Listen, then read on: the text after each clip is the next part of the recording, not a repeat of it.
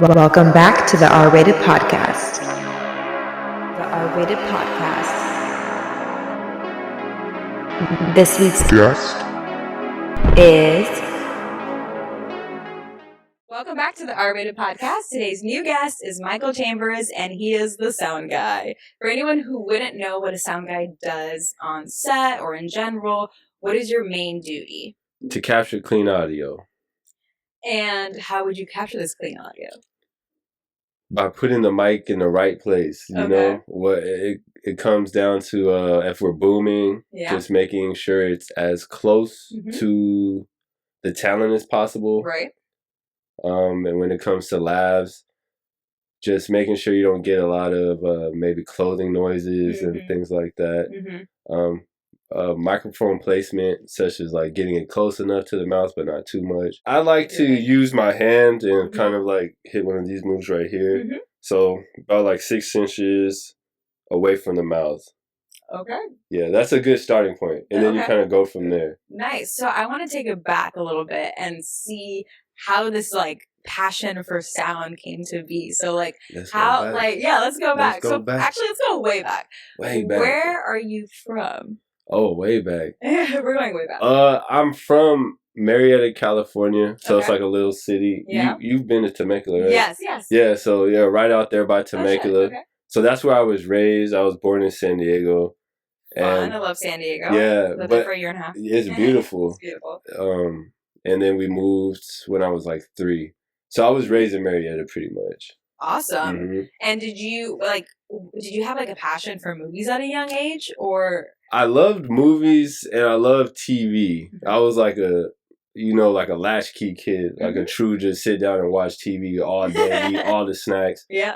But my dad was a percussionist, and so music was always around me. And my brother, he was a good, like a awesome rapper. Like, but this is kind of like, so this is early 90s. Right. So I mean, coming from where we're from, it's just like a small little suburbs.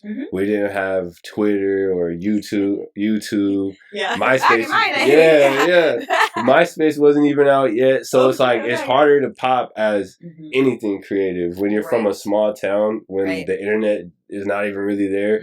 So, but he was like a little local star. Okay. So I always had music around me. So then I kind of just followed in their footprints and try to make music too. I was writing and rapping, had a little crew. I didn't know this. Okay. Not many people do. Wow. And I hope nobody finds out. Don't look for me. Where can we find your nowhere.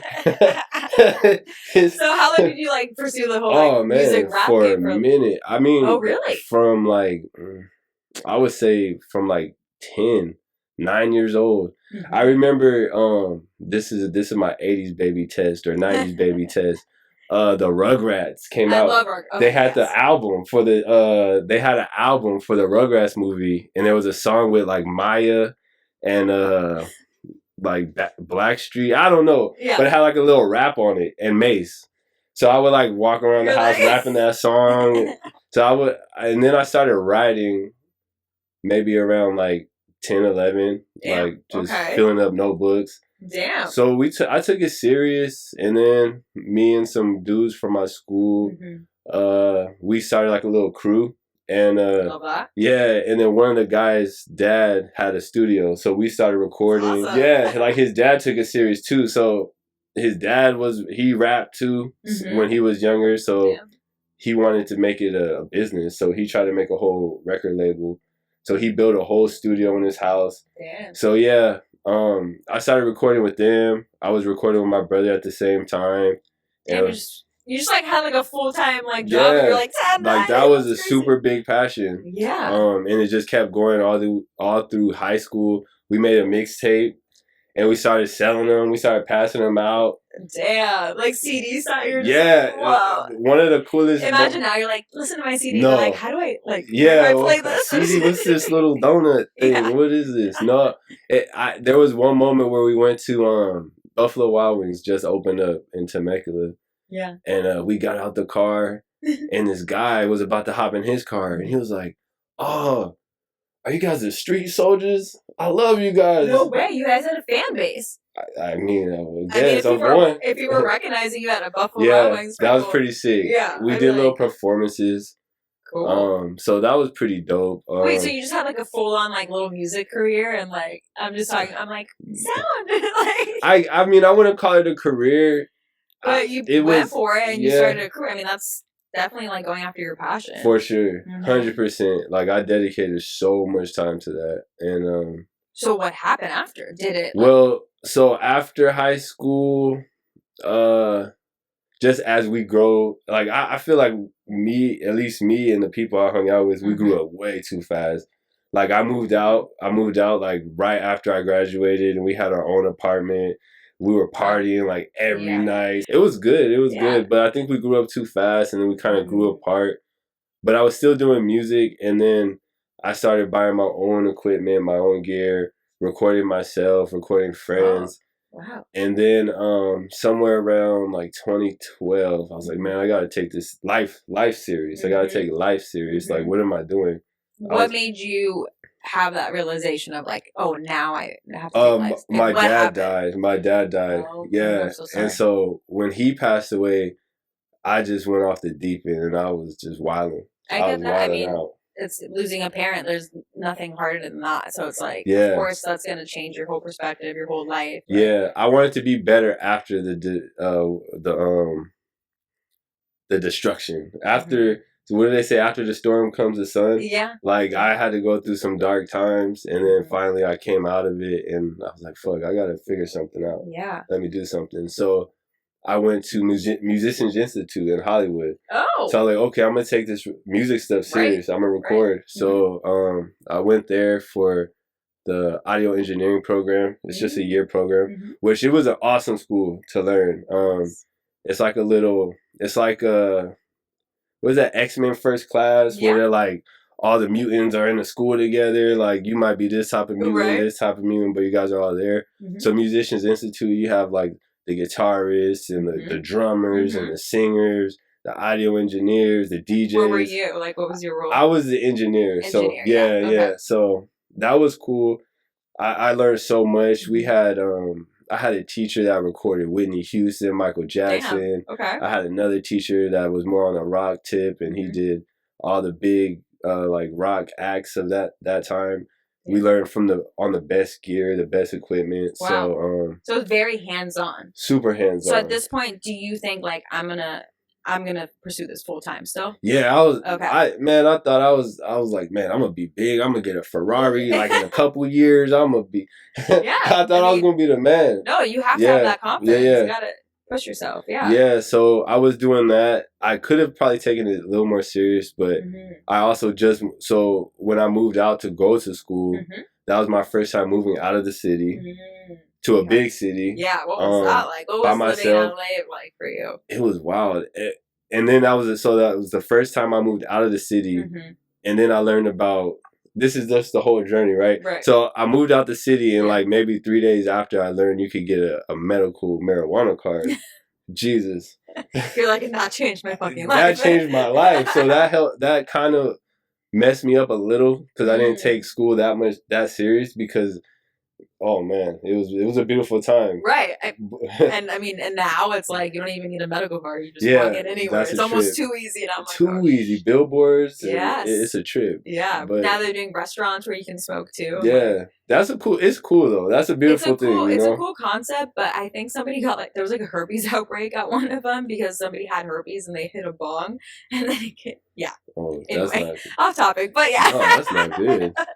Safety first. Safety first. That's a trip. Yeah, that freaked me out. I was like, I want to go, and I was like, no, I don't want to go. I've shared so many blunts and joints. Oh, I dodged some bullets. Yeah. Don't share drinks with anybody. Don't share blunts with anybody.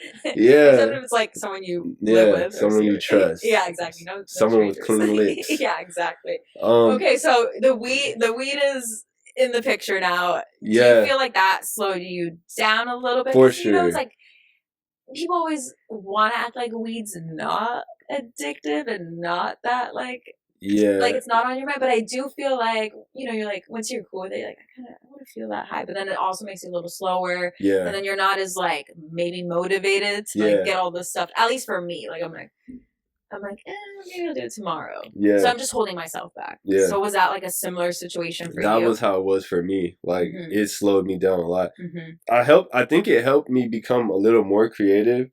But I don't know. It's you know, it's the whole vibe of it. Like, I have to get in my zone, and when the moment hits me, and the time the stars are aligned, and you know, it's all like that's good. But you know, successful creative people, they have to do it even when the time's not right. They have to learn how to just, even when the stars aren't aligned, even or if you're not feeling great, you got to keep going. Which is hard, yeah. It's really I hard. struggle with that too. Yeah, so it did kind of hold me back, but I did learn a ton. I met a lot of good people, and I found a path that I started going down. So what was this path?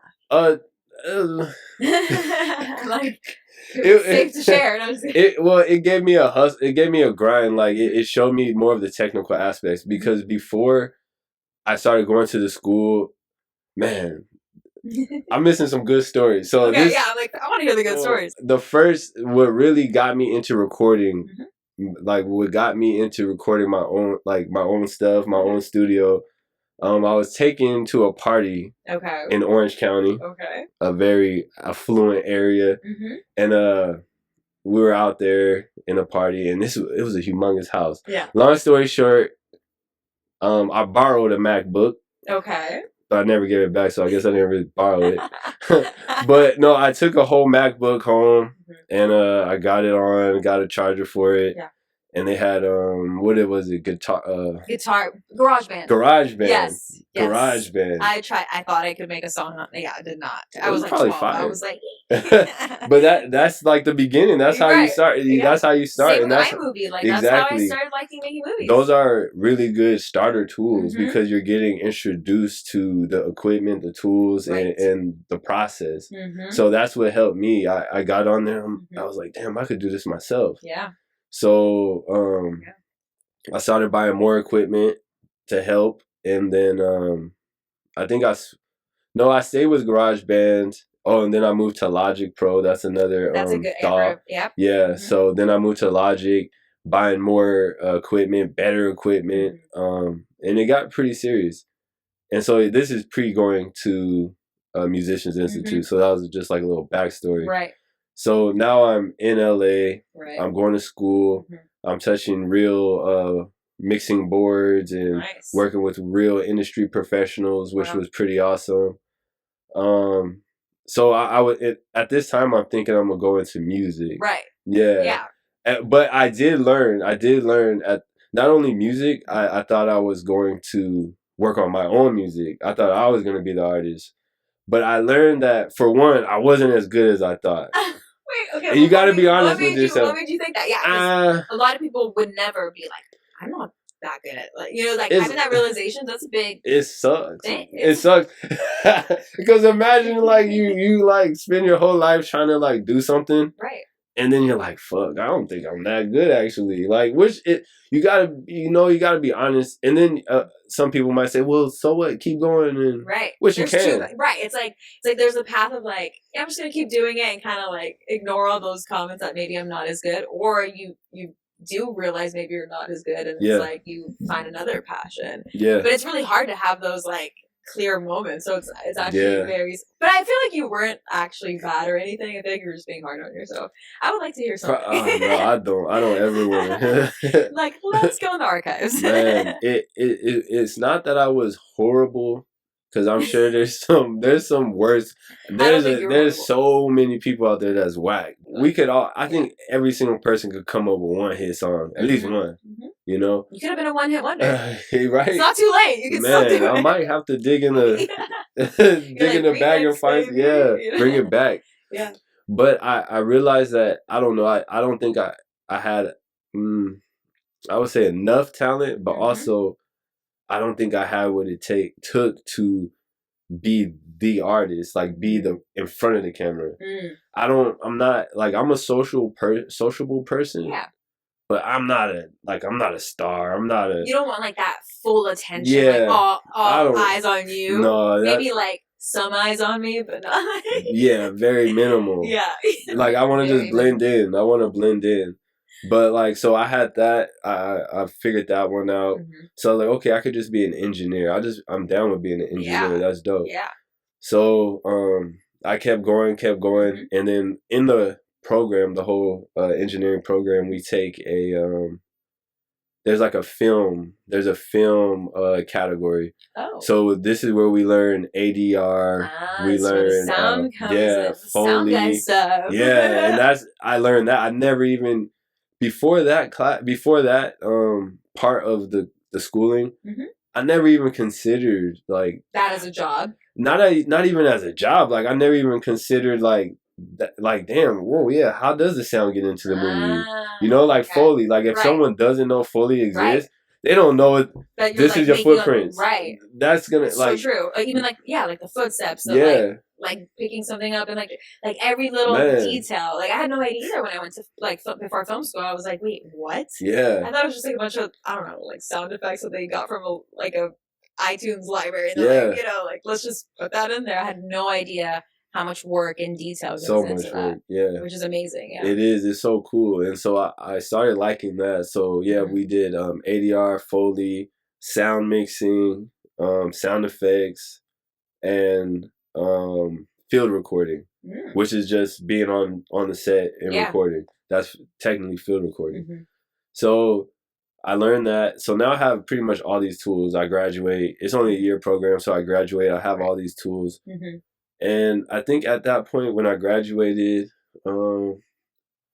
I don't know, I was in that weird position I think that a lot of creative people are in, where it's like, well, I'm creative, I have this skill, but I have to pay rent, I have to pay bills. So you know what I mean? Here, So it's like I'm like the shoe fits. man. So that's where I was at. Like, damn, okay, I like this stuff. Right. It's dope. I want to do it, but I was working for free. I was doing a lot of free stuff, and it's like, well, I did have a job at the time, so I was working the job. I'm still in LA. It's like, how do you balance this like job that's taking up most of your day, but you also want to focus on, this your passion and this like fun career path that you actually want to pursue. Yeah, but it's hard because it's so hard. You're tired when you work like 40 hours a week, and then it's like those 2 days that you have off. Like, do you really want to do more work? You want to just kind of chill? And, or at least for me. Yeah, like, no, am I speaking about myself? No, all of us, and I think that's why I appreciate all these great artists, because that's what they had to do. They had to go work, pay bills, and then still figure out how to do their craft and perfect it. So that's a beautiful thing. So I was in pretty much that part of my life where it's like, okay, I'm done with this. I have all my tools, so now what am I gonna do?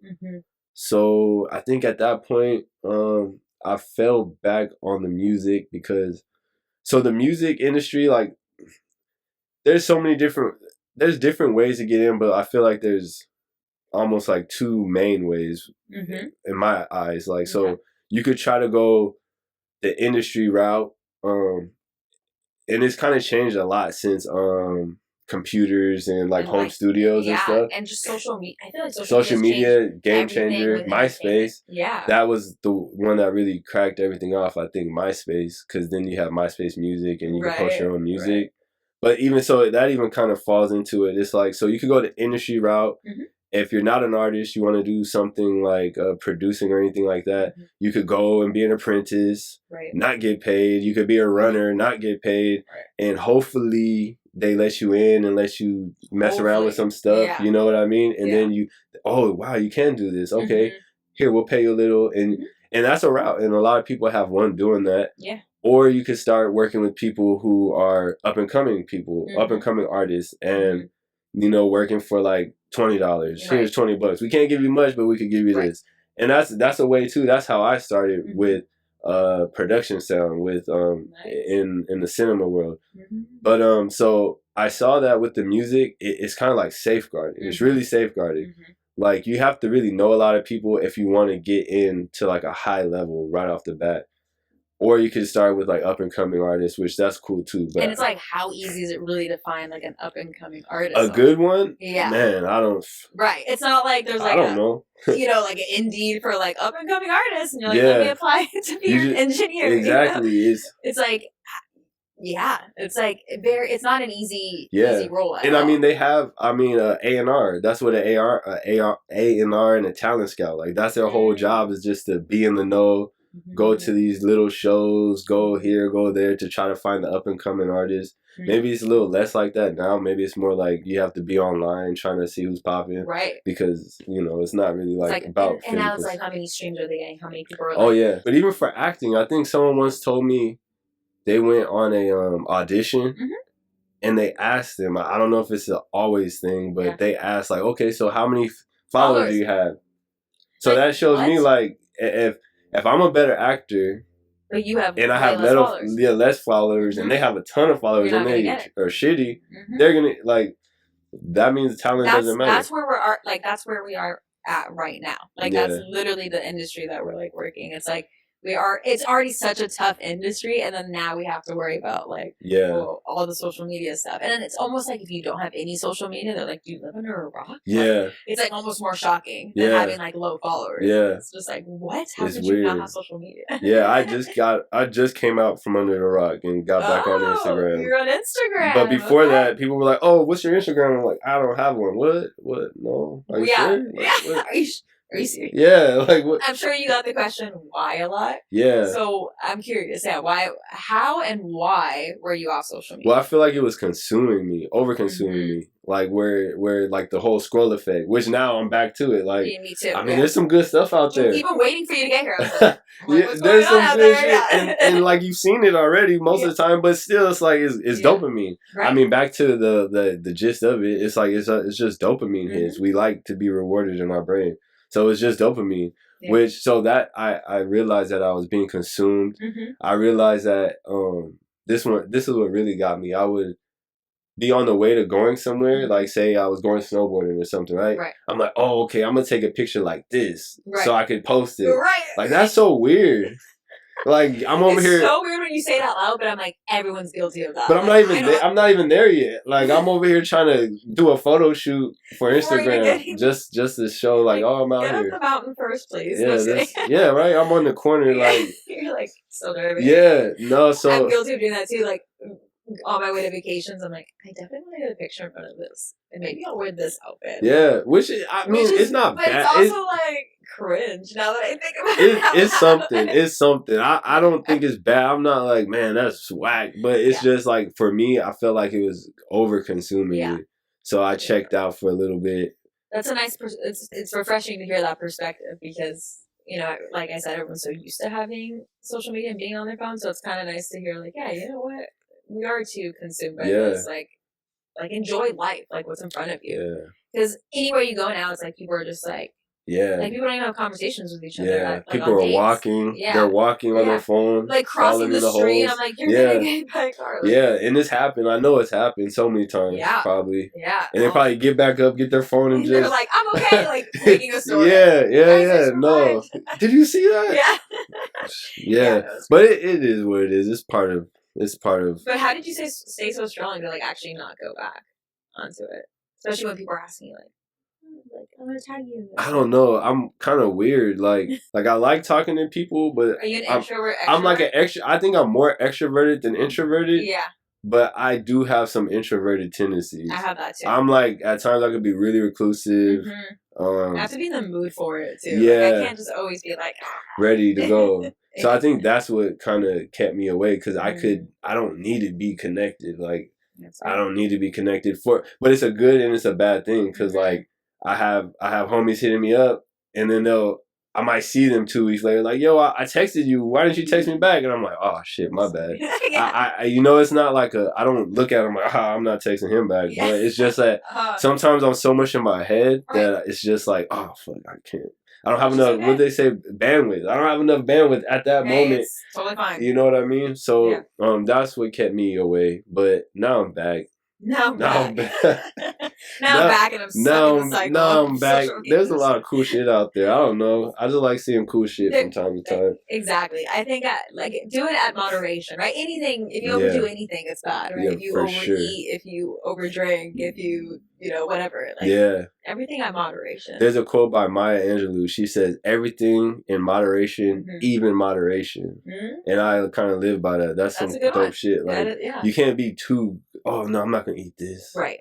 I'm on a strict diet. Right. But now you're kind of like holding your life back a little bit. Right. You're not enjoying like the full pleasures of life. Like allow yourself to live a little bit, you know? So exactly. Life is short. Life is short. Live it. So back to, thinking you're going to be a full-time sound engineer and stuff. And now you've discovered the whole art of sound in movies and all that. Did you start to like think like, oh, maybe this is something that I want to pursue? Or like, were you still kind of in the middle? Yeah. Or more into the sound engineering line? I was thinking both.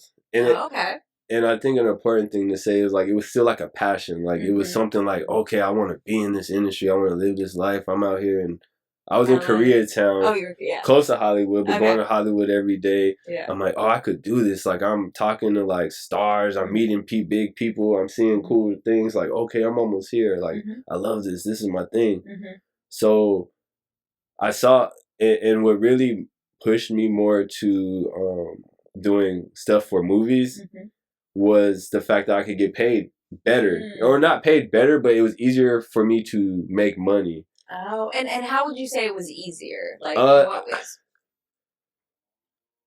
Let's see, because I feel like it was easier to find people who needed like, oh, can you do sound effects? Oh, can you mix this for me? For me, it was easier to find people who needed someone to do sound work for movies rather than to music. And if it was music, it probably wasn't paid at all, like not even a little bit.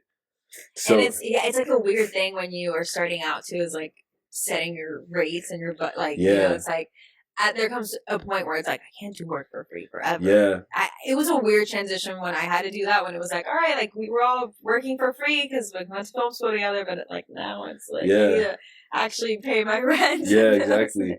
And that's kind of what pushed me to doing stuff for films and media or TV or whatever it may be. So I started doing sound effects editing. That's what was like my first thing that actually gave me some type of income. Nice. But with sound effects editing or any type of editing, whether it's, as you know, whether it's visual footage, it's just so labor intensive, so time intensive. And I would probably work like maybe like 30, 40 hours on a project and get maybe like $50. Shit, are you serious? Yeah, something like that. Wow. Where it should be like a quick little mix, but I'm like a perfectionist, so I'm like stuck on one thing, like a cricket in the back. Like, oh, you hear that cricket? Let me like, let me make it sound good, like the best cricket you ever heard. Wow. And someone might not even notice the cricket at all. That, because you have that gift too of like hearing the like, and sound is so important. Like I feel like when you don't really like get the like lesson on like how important sound is and see like how music and sound can change a movie so drastically, it's like you don't really appreciate it as much. But once you like really sit in those classes and it's like look at like how it sounded before versus now, and you're just like, wow, like this movie would be ass without the sound or like, the music. You could shoot a film with like not the best lighting or not the best.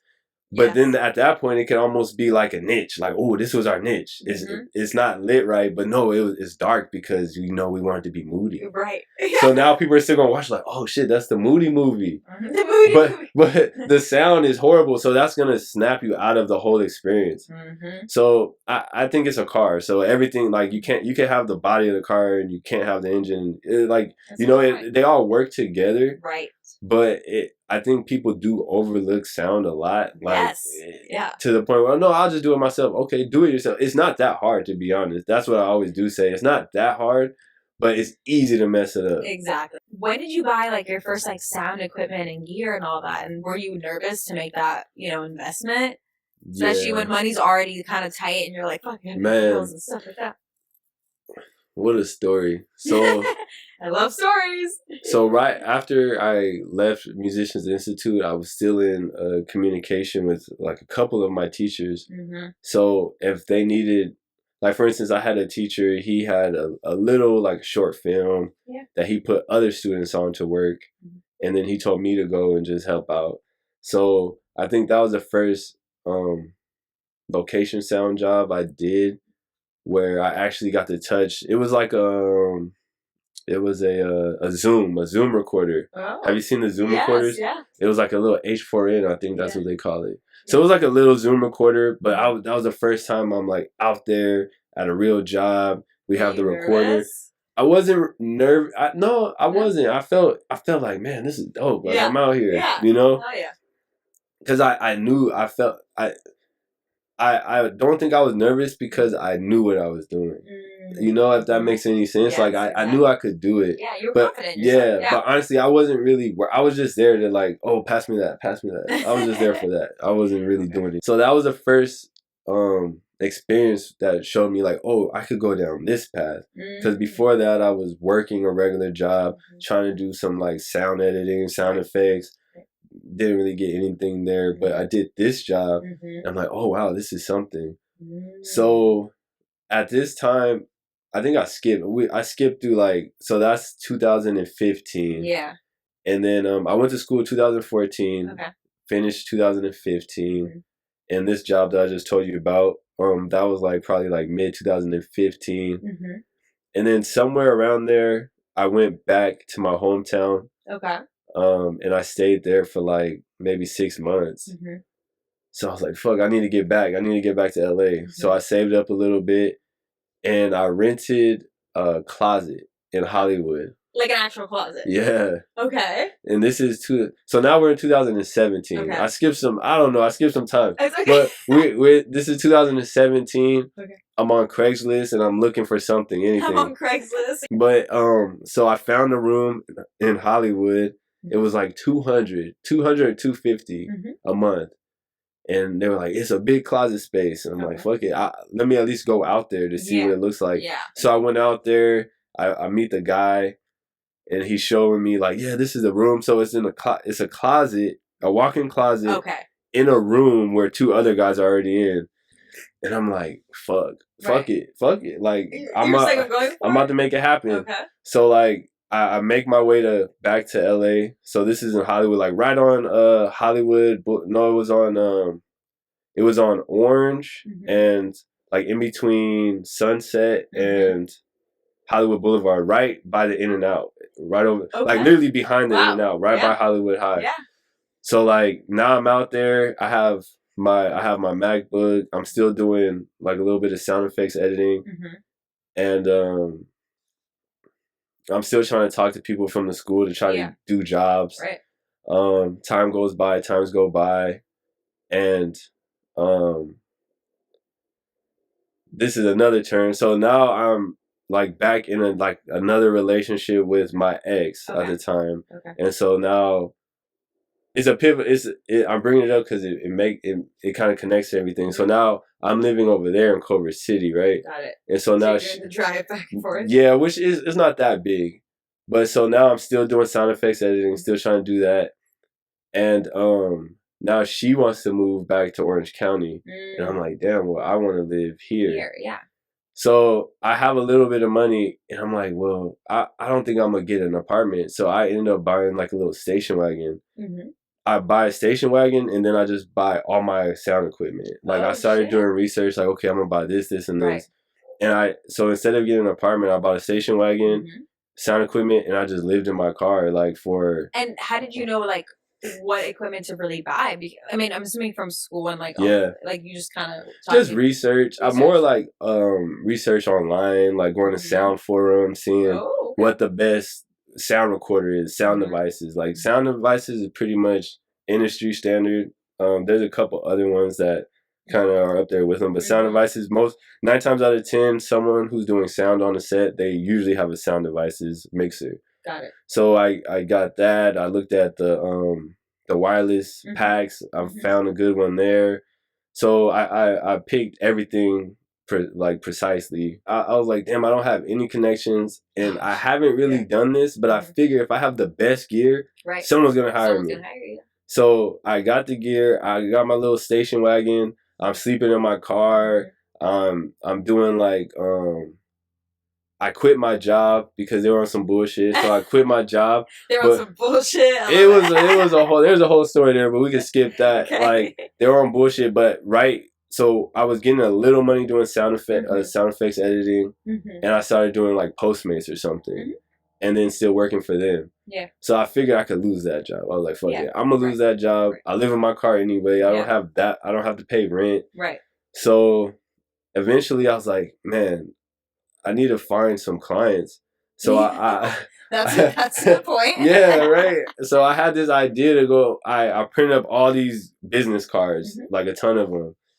And I was like, where can I find someone who needs a sound guy? And I was like, maybe a film school. So I started looking at film schools, and I found NIFA. And I was like, okay, this is what I'm gonna do. I'm just gonna. I'm jumping around, but before I got to the NIFA part, I started sending out emails to just random production companies. Okay. Like I would try to like send out like 20 emails a day. That's good. Like just, hey, I do this, I do this. If you need any help, you don't even have to pay me. Just hit me up. Just the opportunity. You know what I mean? Yeah. And I got some responses, but I never got a job based off of that. But I mean, some people responded back. But yeah. And then I went to NIFA, and I had this whole plan, like, I'm going to go over there, start slinging out my cards to everybody.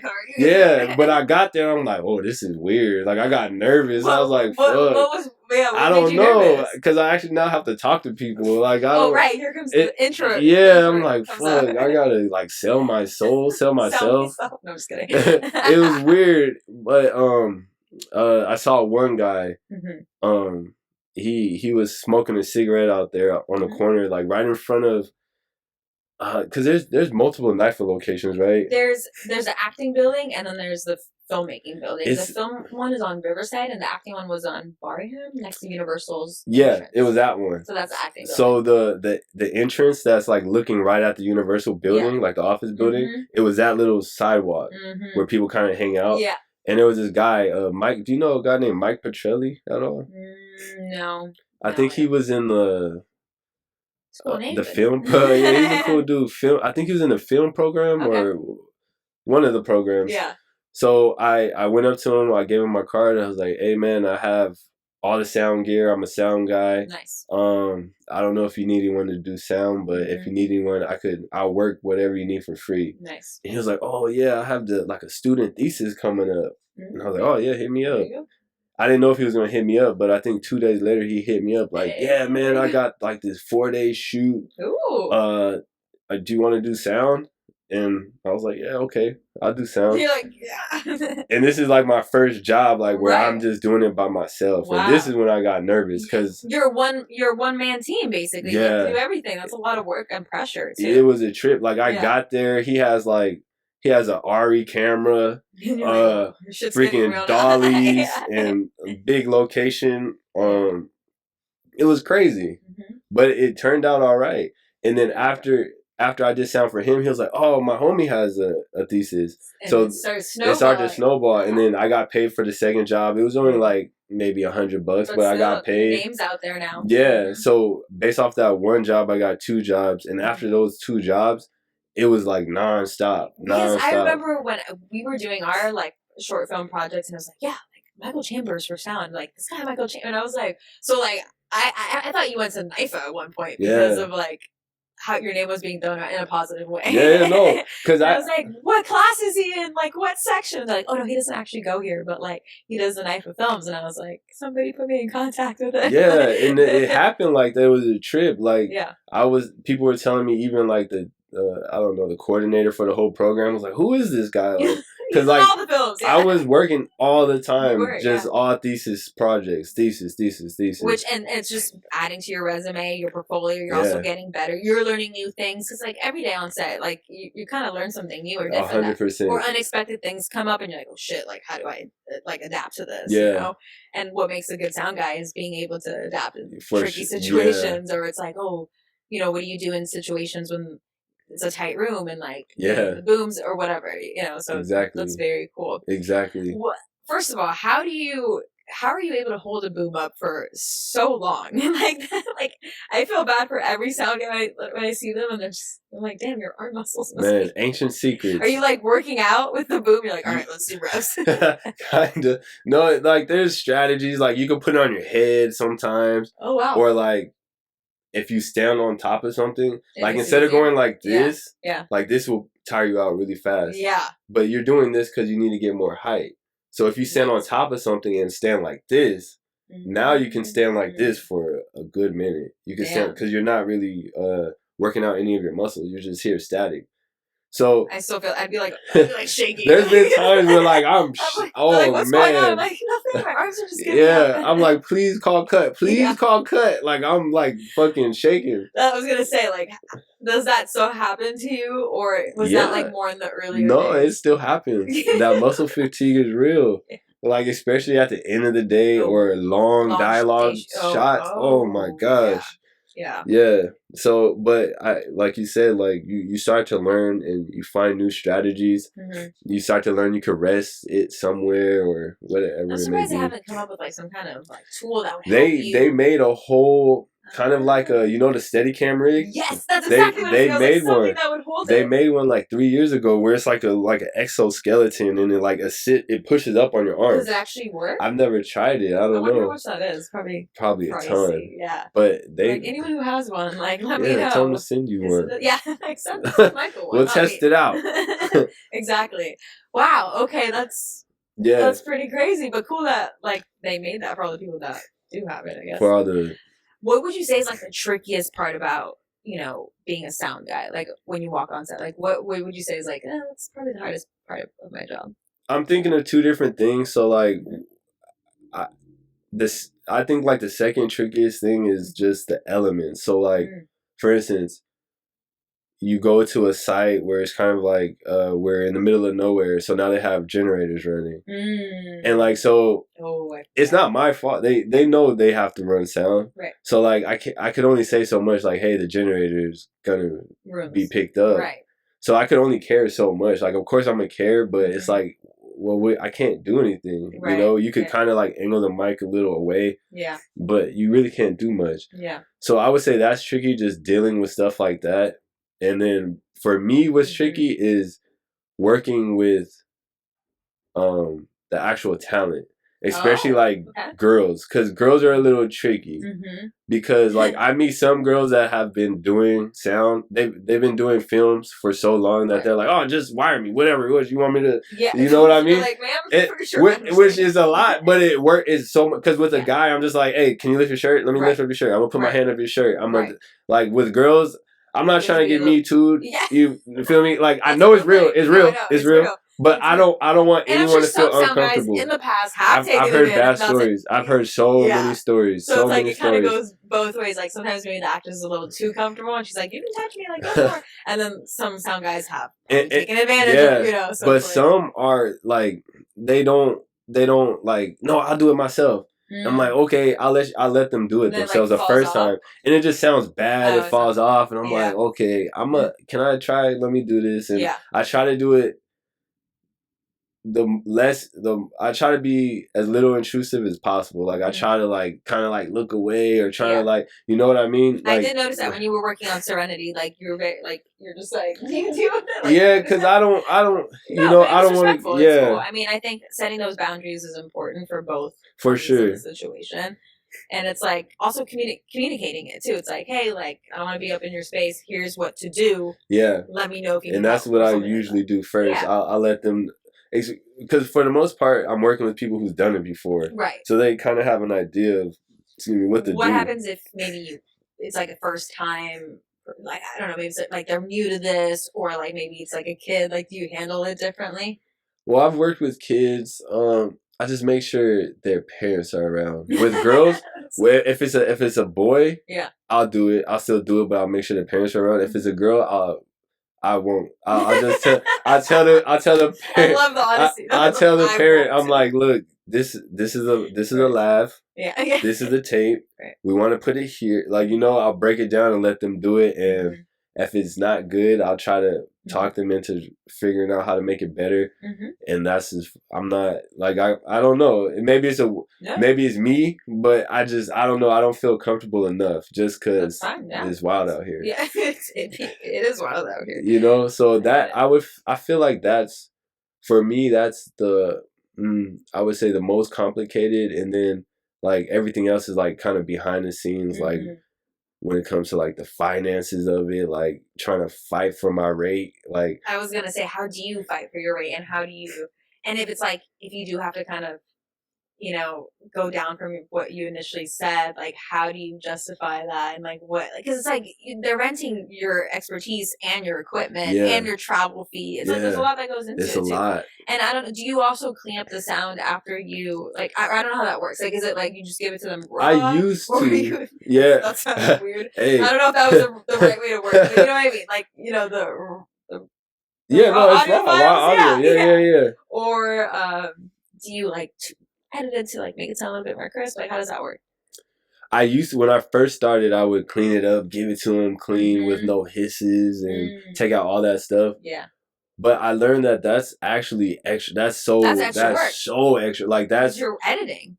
Yeah. So that's another expense. That's another paid. Like people pay for that. Yeah. I would charge for that too. So I stopped. Yeah. No. So I just give everybody the raw audio, and they know. I mean, that's usually how it works. Yeah. So yeah, I just hand off raw audio, unedited. Yeah. Where did I in the journey? I kind of left off. I bought all my gear. I went to NIFA, started doing these jobs. So in those times, so from, I would say 2017, 2018 to 2020, or maybe really 2019, I would say if I say, okay, my day rate is 200, which is extremely low, everyone out there. It's extremely low. Yeah. But I was fine with 200 because at the end of the day, like 200, I mean, when you go to a regular 9 to 5, I mean, 200 a day, that's like, all right. So 200, and they're like, oh, well, we only have like 170 for the budget. Right. I'm like, all right, for sure, I could do that. Okay. So I did that probably for like 2 years. Like, okay, I could work with that. I could work with that. I could work with that. And then I started getting big jobs, like 500 a day, 600 a day. And were they also from NIFA? Or were they other? No. These were now outside. Yeah, I found a website called. Have you heard of Mandy? Yes, I know Mandy. So there, it was Mandy. It was Mandy. There was another one that I went on, but I didn't get any jobs. But with Mandy, I paid for the subscription. And yeah, I landed a pretty big job. That's awesome. Yeah. How different was the big job from like a NIFA set? Because you're going. I like NIFA better. Really? Because they're all friends. That's true. Versus like this is like a all right. Those big jobs. Yeah. Honestly, the big jobs is what really pushed me away from What pushed me away. What everything, but I started working with like no big names, but I worked with like mediocre names. Yeah. Well, I worked with someone who was the brother of a big name. But they're already like acting. Oh, but he's been in some pretty big stuff. But that was the one that really pushed me over the edge. Like he came in here like, for instance. So I think he worked on this job for a favor of the producer. The producer director was he's a big ass name too. Okay. So I think he came in on a favor. So he didn't really learn the script, and I don't know how common this is, but you'd be surprised. They wrote all his lines on cue cards, and they put them up on the wall. But he came in and he was like, "Who did this? This looks like bullshit. This is garbage. Like this is kind of like what he was saying." Yeah. And I'm just standing here watching him do it because I'm like, "This is crazy. Like this is how we do things." Like, right. And he came in and he started like berating one of the people that was doing it, and I'm like, "Do you know this guy?" Like I didn't know who he was. I didn't know he's the big man. Yeah. And I'm like, "Do you know this guy? He can't just talk to you like that." And I'm like, "No, chill. Don't talk to him like that." I'm like, "Me? Don't talk to him like that?" So that's when I realized. Yeah, and then it just kept like I feel like once I was on bigger jobs, like little things like that would start to happen, and I could start to see the hierarchy.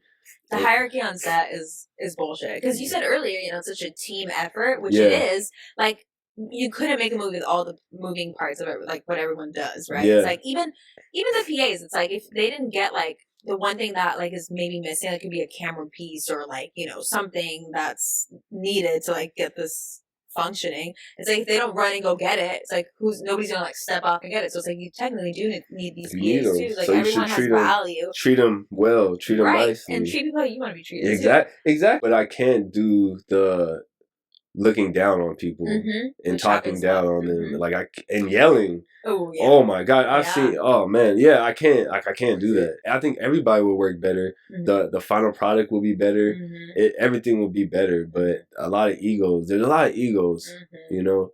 But the lines, like the acting with like the actors not always remembering their lines before, it's actually like a common thing. I've witnessed it myself. It just like lacks passion for me. I'm like, what's the point of all this if you're not even gonna care to remember your lines? That's a good point. That's like your job. And it's like I'm trying to understand, have empathy. Like, yeah, it's a lot. They have to memorize all this.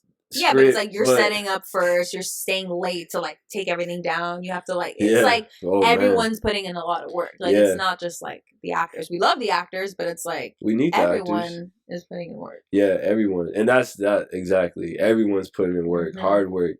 So where were we at? Like that. So you were working the bigger sets, but then you started to see like the true colors of like how things really are on set. And that's when I started getting a higher rate. So once I started getting paid a lot more, I started saying no to these little jobs. But see, the I don't want to call them little jobs, but the gigs that paid less, they came more frequent than the bigger jobs. Got it. So like saying no kind of sucked, but I had to hold my ground because if I kept saying yes to 200, I'm gonna be the 200 guy. Be stuck there forever. Yeah, so I started saying no a lot, and then kind of my rate went up to like 300, and that was kind of like the thing, like okay, 300. And it's like when you find out how much these sound guys are making, like in the union. Oh yes, stupid money. They make.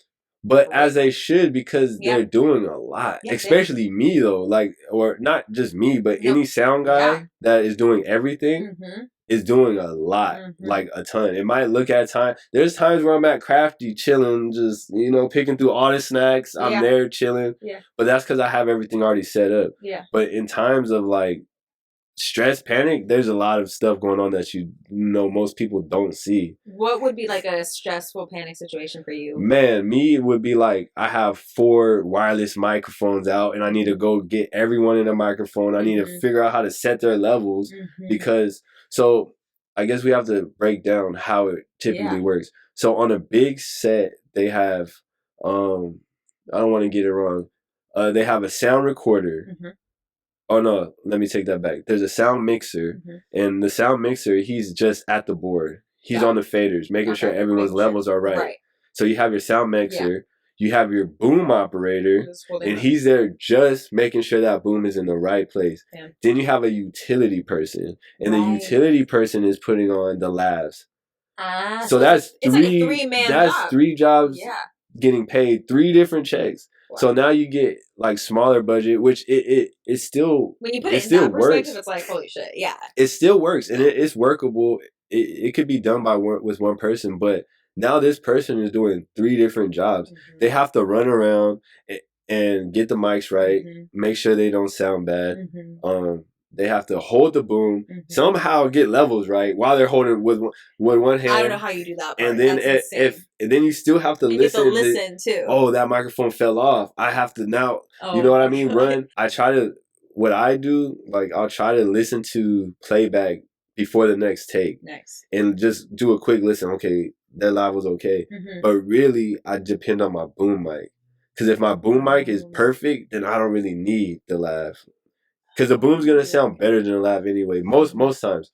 Because it's bigger, or it's just it's a better microphone. Oh, is it? Okay. Yes, because it's bigger. It's bigger because it has better internal pieces inside. So it just sounds better, and it's off the body. So you don't hear the ruffling. You don't hear the muffle. You're just getting clean audio. But it's further away. So say we're in a room like this. Right.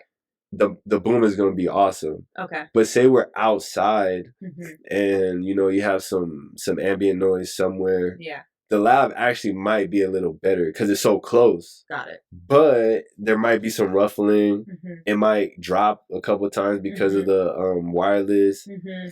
So it's kind of give and take. Is it harder to, like, for example, if someone's like, laughing a lot in a scene, obviously it's like loud and then it goes to talk. Like, would that be easier with a lot lav or like the actual?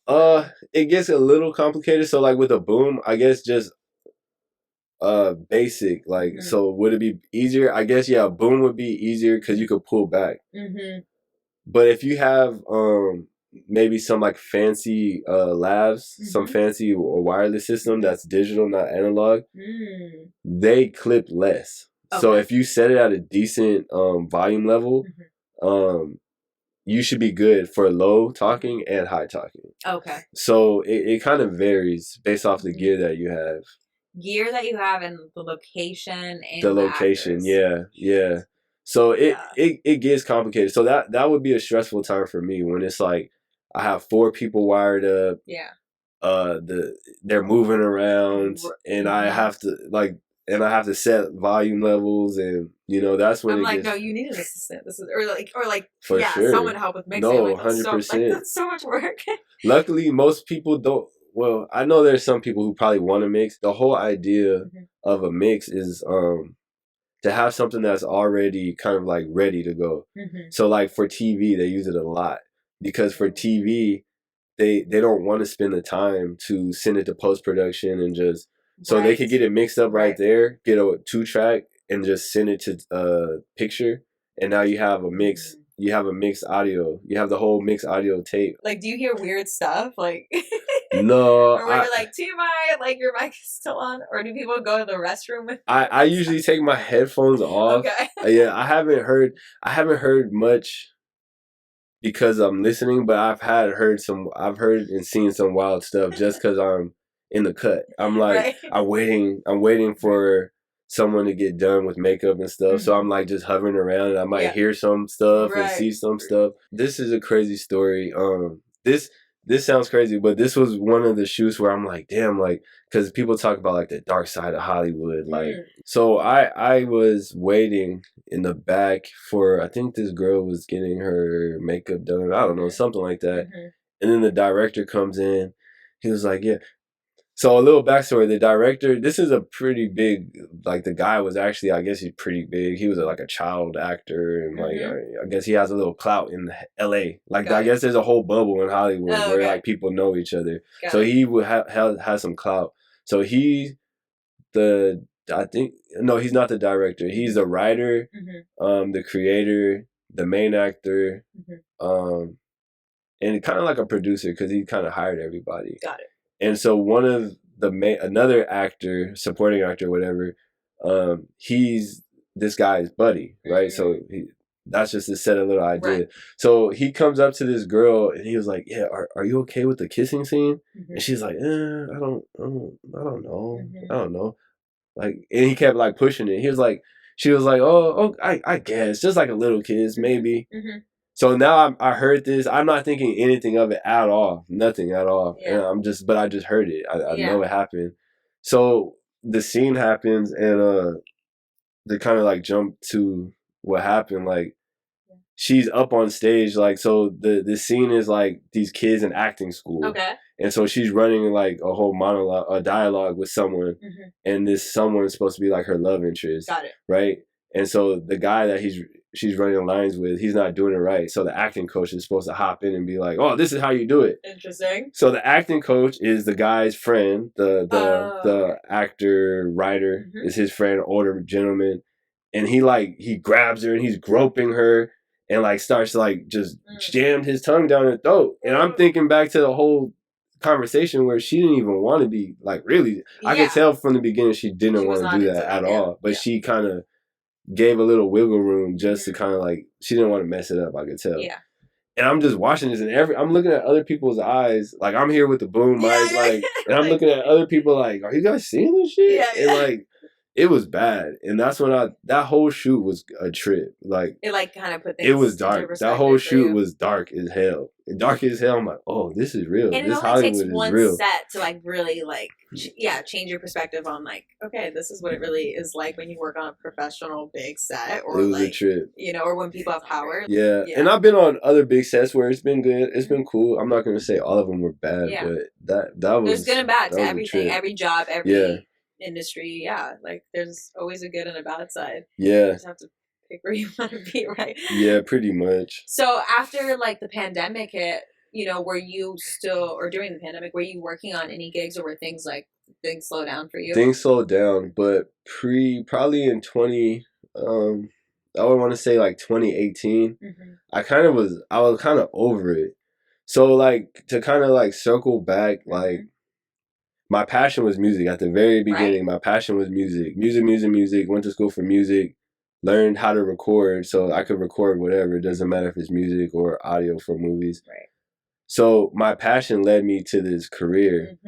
So I'm kind of out of I'm out of the passion phase, because like I love movies, I love TV. Right. Oh, that's another thing though. Like before I started hanging out with like people like yourself and people like film buffs. Yeah. I thought I was the film man. Like, oh bro, did you see that movie? But how about when he linked this with that and how they put this? Look at this symbolism. Right. And then I started hanging out with like becoming friends with like directors and writers, and they're like breaking it down where I'm like, oh, whoa. I guess I don't even like movies. Like and so like that kind of so like that kind of showed me like my passion wasn't really there, and I shouldn't be there just to, you know, like, not to sound mean, but like I don't want to work myself to death to build someone else's dream.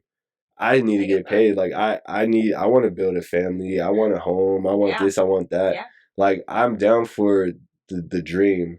I would love to do like documentaries and stuff like that. I'm down for the dream, but I also want to build my own life. So around 2018, I started looking at other things I could do for a career. Yeah. So I was already kind of phasing out of it. So when COVID hit, everything stopped. Right.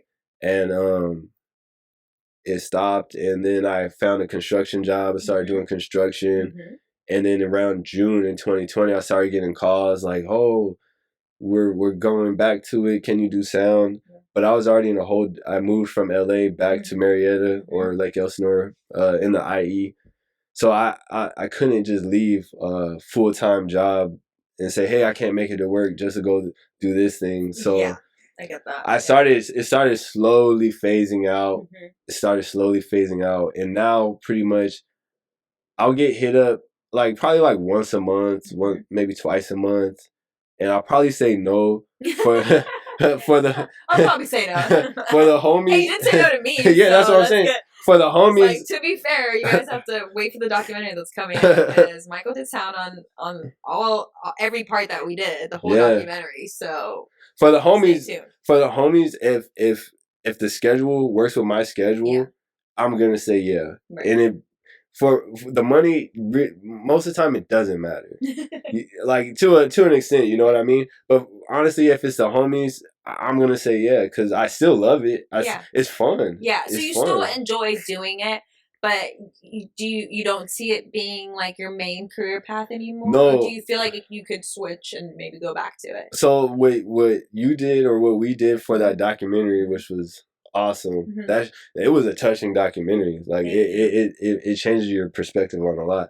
But that's what I want to do. I would love to do documentaries, maybe not on that scale, but that helped me. That was my first. Oh, that was like my second documentary, but that was my first documentary where we were driving to different locations. We went to downtown. Yeah, we like whatever we got caught on camera. Like that's what we got to work with. We talked to a ton of people. We went to so many cool spots. We're teaching people about certain things. Yeah. And that's what I would like to do. So I could see myself doing that, but on my own level, like just walking around with a camera. You can. Like, exactly. It's just because you've also been doing sound doesn't mean that you can't also direct. I mean, if you like documentaries, I mean, you have an upper hand because you do know sound too. So it's like you can even do more than like what I could do. So it's like don't let that hold you back. You know, you should just go for it. Like the worst that can happen is like what? Like somebody, not everybody watches it. That you right. And then at the point where but like you could still say like I shot a fucking documentary. Yeah. You know what I mean? And- Like, and I did the sound and I directed. Like that's cool. Exactly. If I could do that, I would.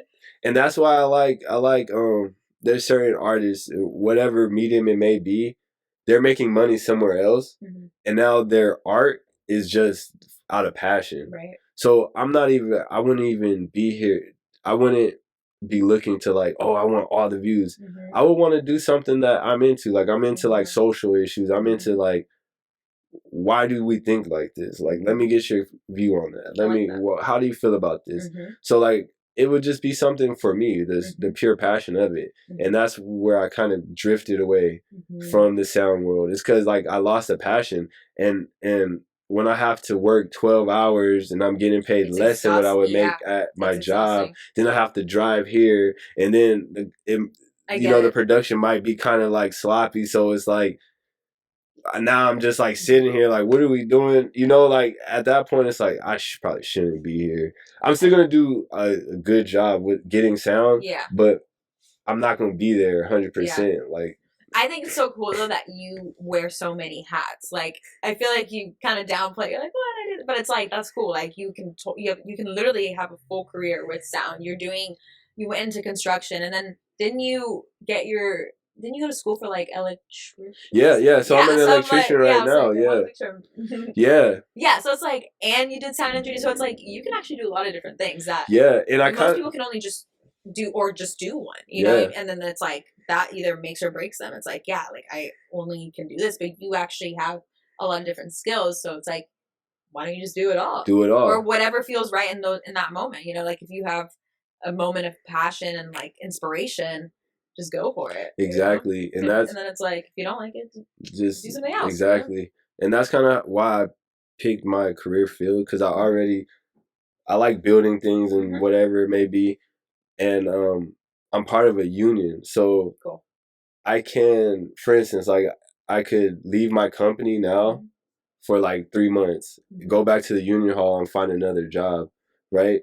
So, but I picked that because I'm like, damn, I could just work, chill, and do something creative. So it's like it's kind of like a life structure in a sense. Like I'm trying to build my life around like just like, I don't know, fulfilling my life purpose, my goal, or something like that. And everyone's like goal and like route is gonna be so different of like how they got there. For sure. Like you can't compare yourself to like another sound guy and be like, well, he did it this way. Like that will just eat you alive. Like, and I've had to learn that too with just anything film related. I'm like, or even podcasting. I'm like, don't compare yourself. Even though again with social media, it's like you see other people and you're like, shit, am I not doing this right? You're a good podcaster. You're a good interview. I was listening to your interviews and because some interviewers, you're a good conversationist. Is that a word? Where do you see yourself in 10 years? 10 years.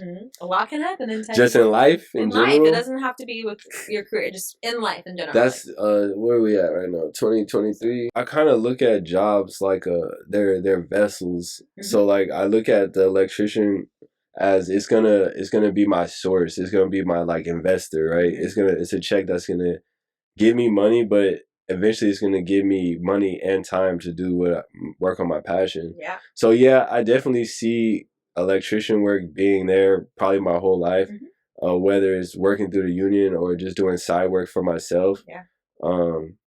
So that's gonna be there. Like in 10 years, I'll probably be married to my beautiful girlfriend right there. Who's here? Off camera. Yeah, off camera. Right. But I'll probably be married, like 35 kids on a ranch. Oh yeah, that sounds kind of fun. Right, 35 kids on a ranch. That's what Nick. He's like, let's just like move to a farm, and I'm like, what about film? He's like, you can do it anywhere. And I was anywhere. Like, true. This isn't it. This little LA bubble. It's like there's so much more. But I'm very excited to see the next 10 years of your life. Me too. And everything that you accomplish. I better get invited to the wedding. Yeah. It's gonna be on a farm. I love that. That's super cute. Well, thank you for coming on the podcast. If you want out your social media for people to follow you. Oh, you gotta just find me. Find him. Michael Chambers. You just gotta find me. You just gotta find. I like that. It's a mystery. Like, where's Waldo? I'm probably gonna add your username. So Add it. I will. Well, thank you guys for tuning in, and I will see you guys next week. Peace. Bye. Yay! How do you feel? Oh, that was cool. That was just a conversation.